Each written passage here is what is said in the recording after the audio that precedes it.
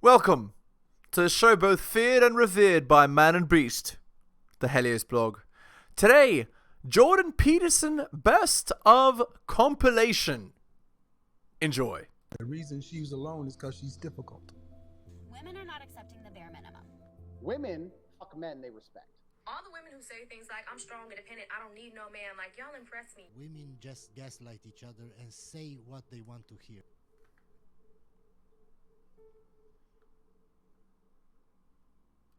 I want to go talk to Peterson. Peterson, do you have any comments on the Nazi presence at your protest? Disaster. The presence of Nazis and white supremacists assaulting people at your protest. Do you have any comment on that? Yeah, I don't like Nazis. Then why are you? Why were they here? Well, how can I answer? Are there views in alignment with yours? At some point, you I have to think realize. that's a foolish question. Look, if you want to know what my views are, I've watched all of your videos. Yes. including Yes, I have. then why would you ask such a question? Because this is my interpretation of your video. Disaster. If you're that intellectually, what's it called? If you're that intellectually shallow, I don't know what to tell you. Apparently, All of the people who arranged the protest against you watched all of your videos. do you want to All? No way. disavow 150 videos on YouTube? No, your lectures, which sparked the debate. Okay. I have 150. Could you let me talk to her for a moment? Don't call me that, please. So, I have 150 lectures on YouTube. There's 500 hours of my views. Do you really If think that wanna you're find worth out all what of they that were- time? So look, I will answer your question, okay? I've studied Nazism for a very long time. It's been 4 decades, and I understand it very well. And I can tell you that there's some awful people lurking in the corners, and they're ready to come out. And if the radical left keeps pushing the way That it's sounds pushing, very much like a they're threat. going to come. That sounds very much It's like not a threat. threat. What a mess. You don't understand that if you're not allowed to actually express your views, then look at Jordan's face. If you're not actually allowed to express your views, it's over. You won't have a society that has free speech if it's like that. Sounds very much like a threat. Would you like to disavow the physical violence? Trans people were physically assaulted at this rally in your name. Would you like to disavow that violence? Yes. So you wish that didn't happen, and you want to, and I'm going to post this online that you would like people to not to be more accommodating of trans people and people of color at your events in future. I would like there to be no violence. I'm a person of color, and I felt very accommodating here. I felt like my voice. Thank you very much. I'm also a Muslim, and I feel like this guy is I'm a the person best. of color. I There are love many his Muslims videos. of You color. wanted Yeah, you see, and then people come in defense. Oh, and then it gets cut. to disavow. You wanted to disavow, and this is the disavow. I am not an advocate of violence. I'm speaking out the way I'm speaking out because I think this is a route to no violence. And violence is lurking. And you can say that that sounds like a threat. There was It's no not a violence at threat. our protest, though. There was violence at your protest. So what does that say about our It's views? not my protest. You know, asking me continually freighted questions isn't very helpful if you actually want to have a dialogue. You have no idea if I'm your enemy. You have no idea about me. You know won't use my nothing. pronouns, so I'm pretty sure you're my enemy. Yes. Yeah, well, I know you think that, but I don't believe that using your pronouns is going to do you any good in the long run. Freaking disaster.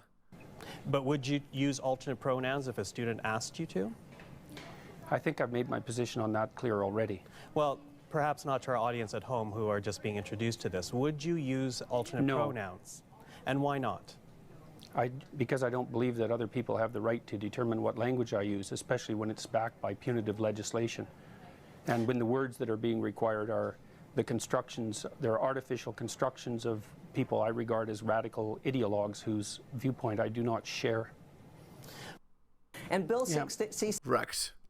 16 is actually not about cisgender people. It's about protections for transgender people. And that's not, it's not about Jordan Peterson. So, we should have people learning to listen more. We have 2 ears and 1 mouth for a very good reason. Wow, lecturing like you're Jordan's mommy. Wonderful. When things get political, I like to ask who benefits and who gets to decide I think we know who benefits here. the rules of the game. So, mostly with this Peterson controversy, which is really just a small drama, a tempest in a teapot, he could just get over learning to program a few pronouns into his phone. By the way, I only have half a dozen or so that I actually use on an everyday basis. So it's not Disaster. all that difficult. Professor Peterson, Professor Peterson, good jumping because I think Professor Peterson wants to get in on that.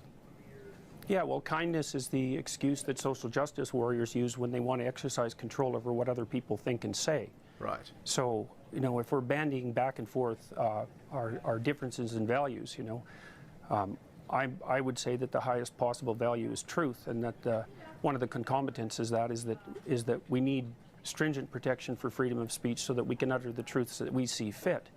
By the way, has Jordan had some plastic surgery? Because he doesn't look the same nowadays. He looks quite different. You tell me, guys, in the comments. And I think that that's a value. Or is it just the angle that they're filming him at? It's not right. That's much higher than kindness, for example.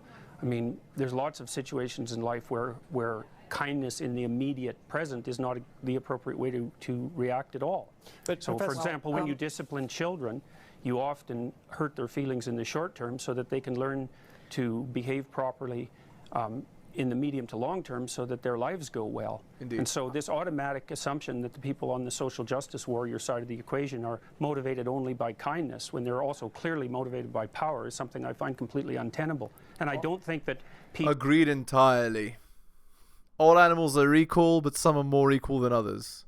Type crap. Or 1984, like when you control the language, you control the population. Solution to program my cell phone so that I can I'm so happy that the direction that the culture went, moving away from the social justice crap. Like, it can be too far, right? People should feel like they're safe and comfortable in the spaces that they're in. But also, when you're policing every single little thing that people do and say, that goes to an extreme, right? We need to prevent that. Remember what names people need to be called is a reasonable solution at all. We're actually supposed to now use electronic devices to bolster our ability to speak freely in case we offend someone. Is it that these made-up pronouns, of which there are many, dozens in fact, and there's no consensus on them, and that doesn't even begin to start a discussion about the use of the other kin pronouns, and you can look those up if you want, because if you can define your identity subjectively any way you want, then there's absolutely no reason that you can't claim a non-human identity, and you may not know. Indeed. This is the I identify as an Apache assault helicopter meme. Oh, but in the LGBT Rainbow Coalition, there is Q+, and the Q+ people include the otherkins who claim a non-human identity, and they're arguing in that Rainbow Coalition that they have the same right to their pronouns that everyone else does, and their pronouns include such things as worm self. You're not supposed to interrupt. Actually, I was just going to ask if you could go back to the point about the analogy between the racial slur and the I don't think there's any analogy at all. But I think the difference between I'm talking about compelled speech. There's a difference between saying that there's something you can't say and saying that there are things that you have to say. And I regard these right. Agreed entirely. Made up pronouns, all of them, as the neologisms of radical PC authoritarians. Do you understand that? And I'm not a fan of that sort of person. And the reason I'm not a fan of that sort of person is because I've done my homework. I've read everything I can get my hands on in the development of authoritarian political systems, and I know the literature inside out and backwards. And I am not going to be a mouthpiece for language that I detest. There you go. And there is a brave man right there. Most guys would never have the balls to say such a thing in public. And that's that. Who I'm a great admirer of, once described an old religious idea, and that was that God ruled the world with two hands, right and left, mercy and justice. And the world couldn't survive if only mercy applied, because then no one would ever be encouraged to adopt the trappings and Has Jordan gained weight? Interesting. Responsibilities of adulthood. You end up in a situation where you're forgiven for absolutely everything you do or fail to do. you're thrust into the Freudian nightmare of the Oedipal family, where your utter uselessness is forgiven on the grounds of compassion, and you end up living in your mother's basement until you produce fantasies as a consequence of your squelched development of perhaps going out and shooting up a high school. Mercy, in its excess, produces pathology. Indeed. Justice in its excess produces pathology too, because people are not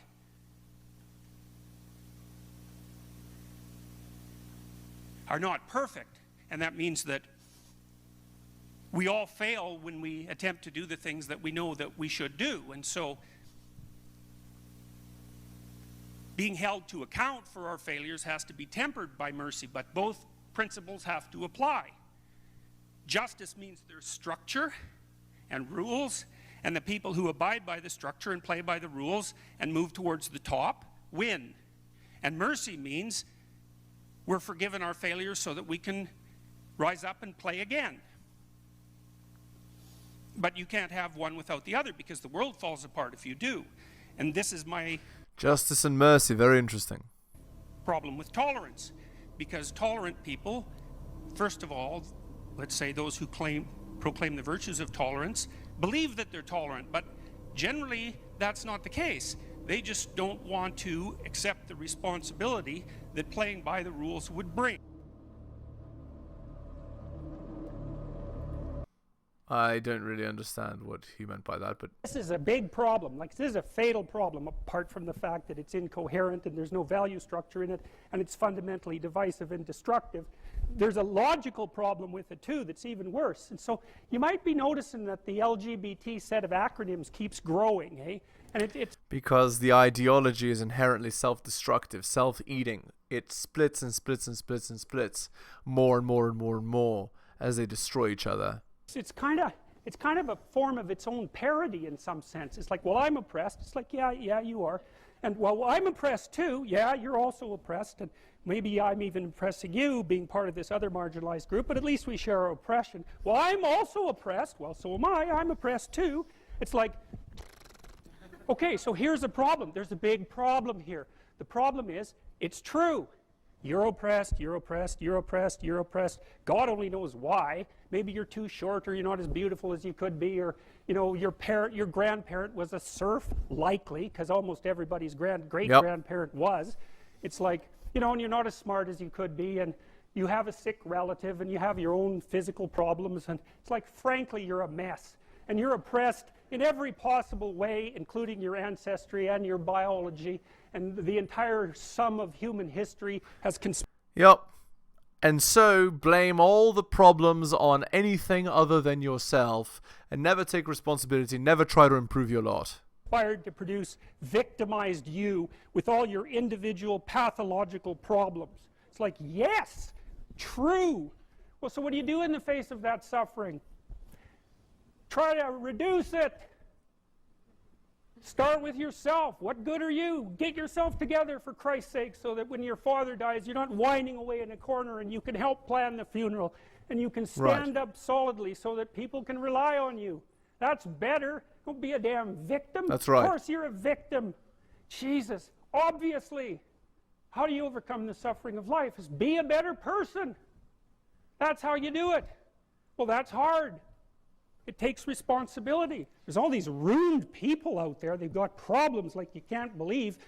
Off they go to work and do things they don't even like. And look, the lights are on. My God, it's unbelievable. It's a miracle. It's a miracle.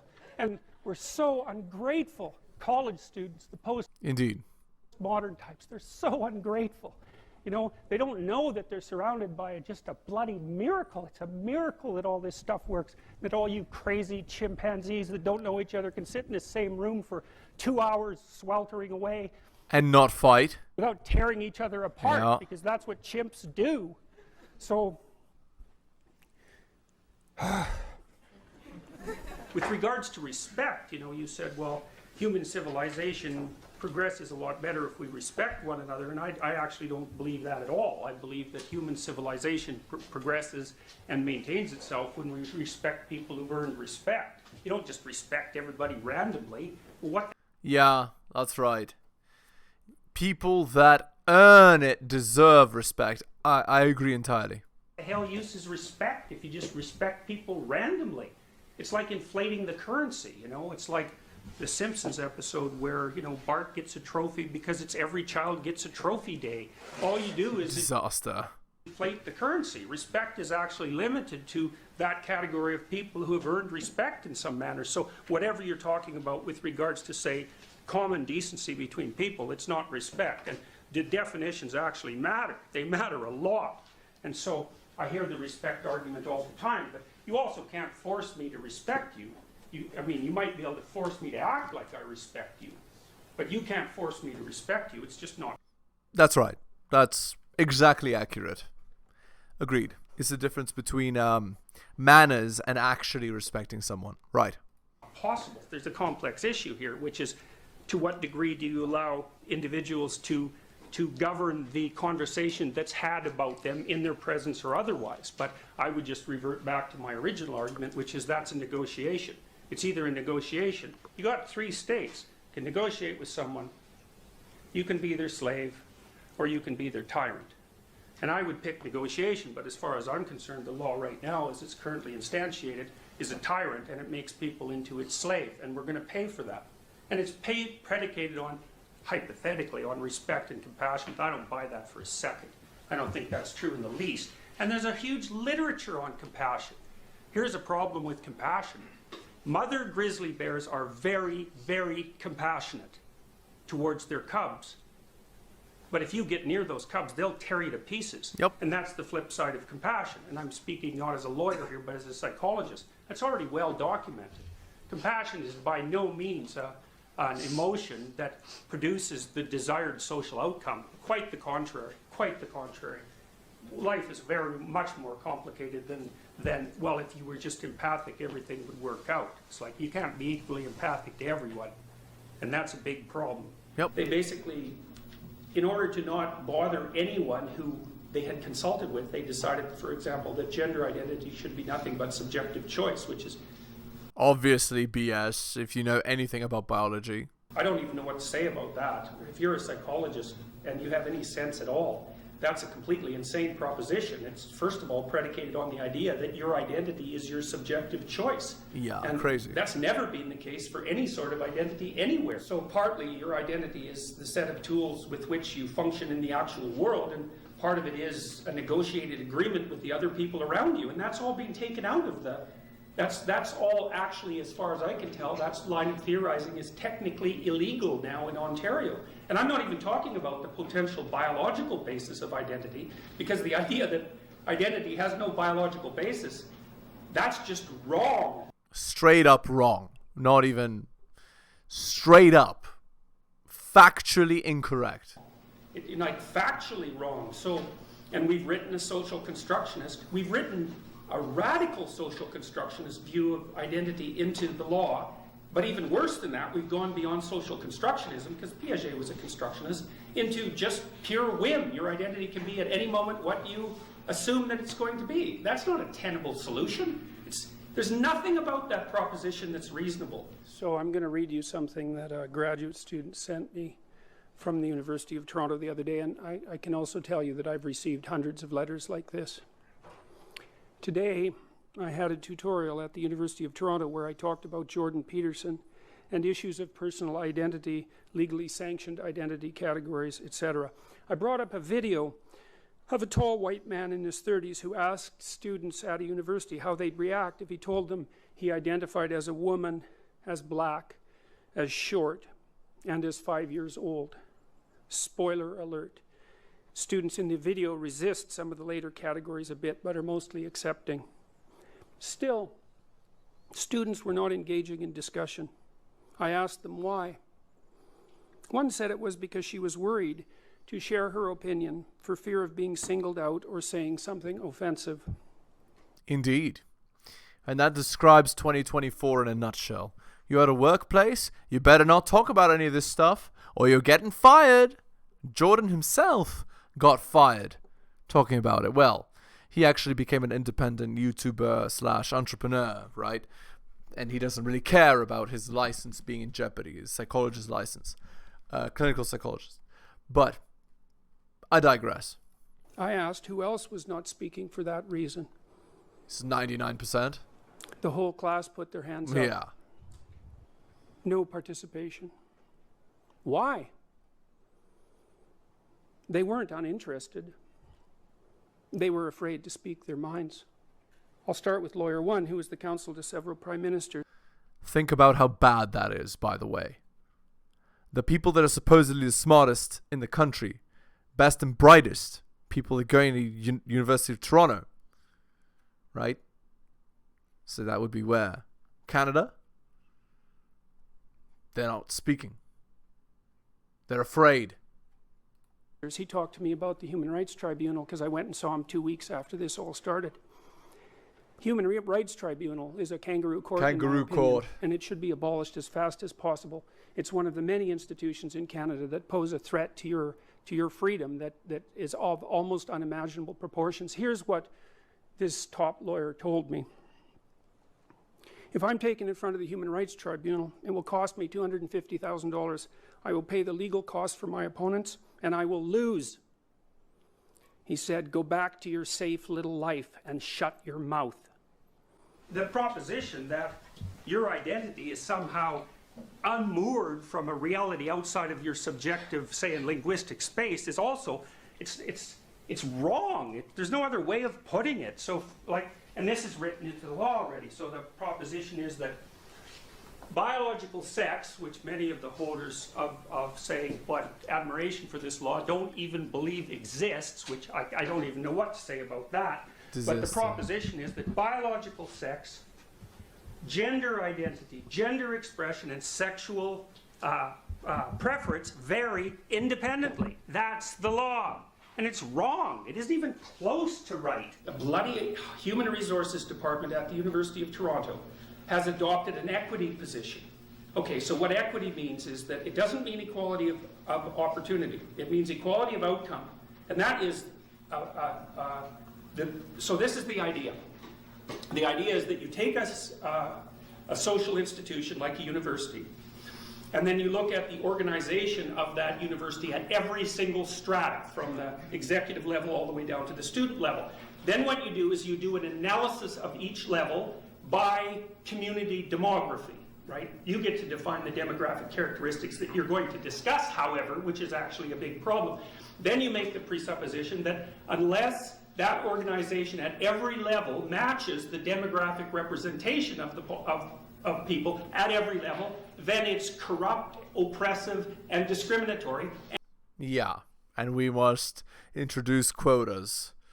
Except the quotas are unfair and biased against white men for reasons that you can't really explain because, what? White men were the worst men in history? No. Look at Genghis Khan. Like, or you're gonna tell me Mehmed II, who shot cannons at Constantinople, that he was a nice guy? Every culture has bad people. So what? We should all pay reparations to each other? It's crazy. And it needs to be changed. Okay, so you think, well, what's wrong with that? Every level should have 50-50 men and women, let's say. It's like, you're really sure about that, are you? No. You're so sure about that. You don't think there's any natural differences in interest between men and women? Well, if you don't think so, then why are most psychology classes 80% women? And that differentiation is accelerating rapidly, like I've seen it over the course of my career, from maybe 60% men at the beginning of my career to like 80% women now. And men occupy more of the positions in the STEM fields, at least for now. It's the same in bloody Scandinavia. Yep. It's 20-to-1 nurses, 20 where things are supposedly equal, by the way. 20-to-1 women to men nurses in Scandinavia, and 20-to-1 men to women in engineering. And that's in Scandinavia. And so what's happened in Scandinavia, as they've made the society more egalitarian in terms of its legal and social structures, is that the gender differences in personality between men and women have got bigger, not smaller. So what that means is that social constructionism isn't wrong. That's what it means. Yep. Wrong. Disproved. It's exactly the opposite of what the theory would have predicted, because the theory predicted, and God only knew how it was going to sort itself out. It's not like people knew this to begin with. The idea was that as you equalize the social structure, that the differences between men and women would disappear. Guess what? That didn't happen. And it's not studies of just a few hundred people in a few locations. Those are population-wide studies, and they've been replicated multiple times. So, and the funny thing is that, so there are temperamental differences between men and women. And neuroticism and agreeableness are not the only temperamental differences. So if you fragment extroversion, it fragments into assertiveness and gregariousness. Women are more gregarious, men are more assertive. If you fragment conscientiousness into orderliness and industriousness, women are more orderly and men are more industrious. If you fragment openness, which is the creativity dimension, into interest in ideas and interest in aesthetics, you find that women are more interested in aesthetics and men are more interested in ideas. So totally different down to the brain structure. But no, it's all gender constructed differences. Yeah. Okay. Anyway, let's end the video there. Hit the like, hit the sub, hit all the notifications. Buy my books like Hunter M, Adrian R, Tom and Bobby, Dylan, Renaissance Press, Brian, Andrew, Alan, Armani, and Nicholas. Shout out to you, most recent purchaser of both my books, Strategist Guide to Seduction and Quotes to Live By. If you'd like coaching services, just message me at theheliosblog@gmail.com. And you can buy my books at bit.ly/heliosbooks. Thank you so much for listening, guys, especially if you listen to the end. I really do appreciate it. Take care of yourselves, and I'll see you next time.